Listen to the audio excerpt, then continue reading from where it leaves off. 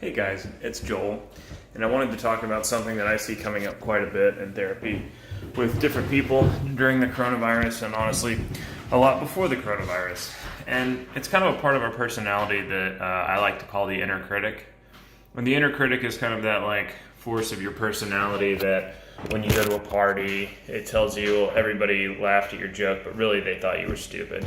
Or when you look at your life, it's like, well, if I hadn't done this, this, and this, I'd be here, but I'm right here right now. And that's kind of all it does, is that it criticizes you. And we get the inner critic. Some people are very over-identified with it. Some people are very under-identified with it. We get it when we're supposed to be kind of individuating and becoming our own person from our family, from our mom, and there's a critical caregiver, or there's a critical force of society,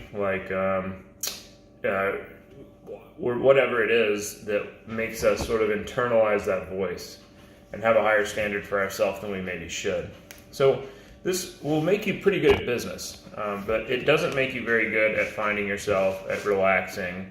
And so we need it in moderation. One of the things that industrial organizational psychologists will always find when they go into a business, and they give everybody a survey saying how well do you think you perform, and then they give the management a survey saying how well do these people actually perform.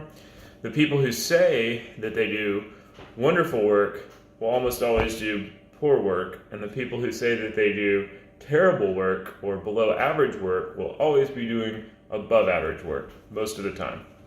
And the reason that is that the people who are doing really well have that high standard for themselves.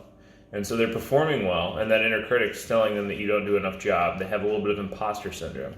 So they're always trying to figure out what they can do better. They feel like somebody's going to discover that they're not good enough and catch them at being a fraud or an outsider, or figure out that there's something wrong with them. And that's a motivating force. But there's not really anything that we can accomplish out here that makes the inner critic go away or moderate itself. I mean, we really have to do some work in here to make that be toned down a little bit. Because, you can go become the CEO of a giant company or a multi-millionaire, and that voice is still saying, well, if you'd done this, you'd be here, and you should have done that. And it's going to drive you nuts if you don't. Maybe in midlife, maybe it takes a while, but it's going to wear you out. And eventually, you're going to have to do some work on it. So when you're kind of hearing that voice over the course of quarantine or after, kind of realize this is a piece of my personality. It's not all of my personality. This is a part of me. It's not even what I actually think.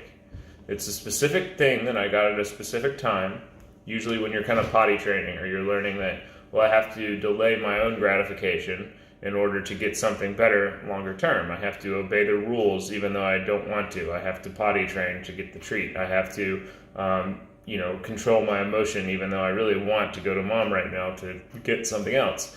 And that's kind of when we get that voice. Now, we need it sometimes. So, when you're sleeping in on a Saturday and you're supposed to study or cut the grass, you might need a little bit of the inner critic. But you have to be able to tune into it and turn it on and to turn it off. A lot of those insecurities that come up with the inner critic, I find, are really triggered by social media, and other people's inner critic are the reason that they're posting to social media. So if you start feeling bad about yourself because you're looking and you see that somebody's like, well, I whipped up a batch of 15 blood orange whipped cream cupcakes from scratch while I had 3 screaming babies, but they were all smiling and happy, and we don't watch TV in this house, and everything's organic, and life is perfect, and look at the rose garden that I just whipped up. And all of that is motivated by somebody who has an inner critic that feels like somebody's going to figure them out. That's not real. That doesn't. I've got 1 2-year-old. I can barely get up on time. This isn't a real thing. That's somebody who's very motivated by their own inner critic, but it's also going to be very activating to yours. So take that stuff in context. Realize that the kind of insecurity that's activating there is something that isn't real. Now, when we have an insecurity about something, if there's something that I'm reactive to that is upsetting to me when it comes up, that's because I'm a little bit worried that thing is true. The things that you're getting upset about are things that you are worried are true. So if you're very upset and get uncomfortable when anything comes up, somebody makes you feel dumb, or somebody makes you feel like you're a bad mom, or somebody makes you feel like you should have accomplished more academically, or should be at a different place in your career, whatever it is. When those things come up, if you're getting upset about that, that's an insecurity, right? And when you have an insecurity, the goal that we work on in therapy is to say, okay, do I actually believe this thing? Because the reason that I have this insecurity is I think that it's true, or I wonder if it's true. Do I believe it? If the answer is no, okay, don't worry about it. If the answer is yes, all right, so do I want to work on this? Do I care enough to change it? And that's kind of the constructive way to handle that, instead of just being very reactive to it every time it comes up in life. Because, really the only standard that you should have for your own life is you. Not some voice, not some sub-personality, not the pusher self, not the vulnerable child, not the inner critic, none of these things. It should be what you actually think when you mindfully discern it. But you have to slow down enough to figure out who's talking in your head and which sub-personality is driving the car. Because this needs to be a democracy where all of our parts are able to make a decision, not a dictatorship where the inner critic runs your life. One of the things that I really like was kind of from a Buddhist mantra from a long time ago.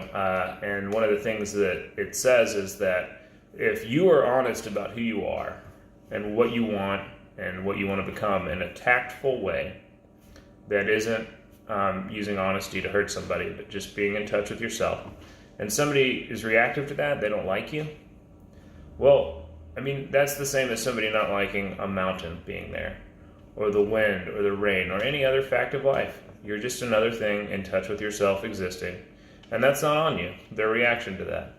So, hopefully this is helpful. I talk about the inner critic quite a bit in therapy. I do a lot of work with sub-personalities and developmental personalities.